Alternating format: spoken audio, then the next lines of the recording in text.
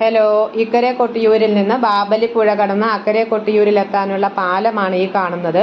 ഇക്കരെ കുളിച്ചതിന് ശേഷം അക്കരയ്ക്ക് പോകുന്നവരുമുണ്ട്. ഈ പാലം കയറി ഇറങ്ങിയാൽ അക്കരെ കൊട്ടിയൂരായി. അവിടെ എത്തുന്നവർക്ക് കുളിക്കാനുള്ള സ്ഥലമാണ് ഇത്.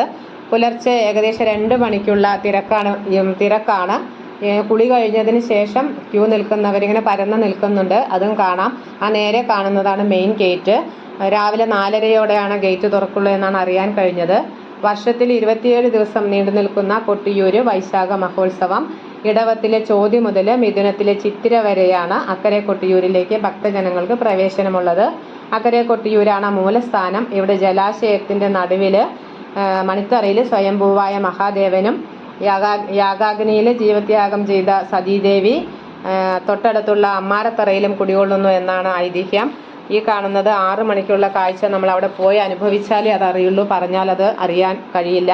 2026 കൊട്ടിയൂര് വൈശാഖ മഹോത്സവം അക്കരെ കൊട്ടിയൂര് സന്നിധിയിൽ സ്ത്രീകൾക്ക് ജൂൺ 20-ാം തീയതി മകന്നാളിലെ ഉച്ചശീവേലിക്ക് ശേഷം പ്രവേശനം ഉണ്ടായിരിക്കുന്നതല്ല.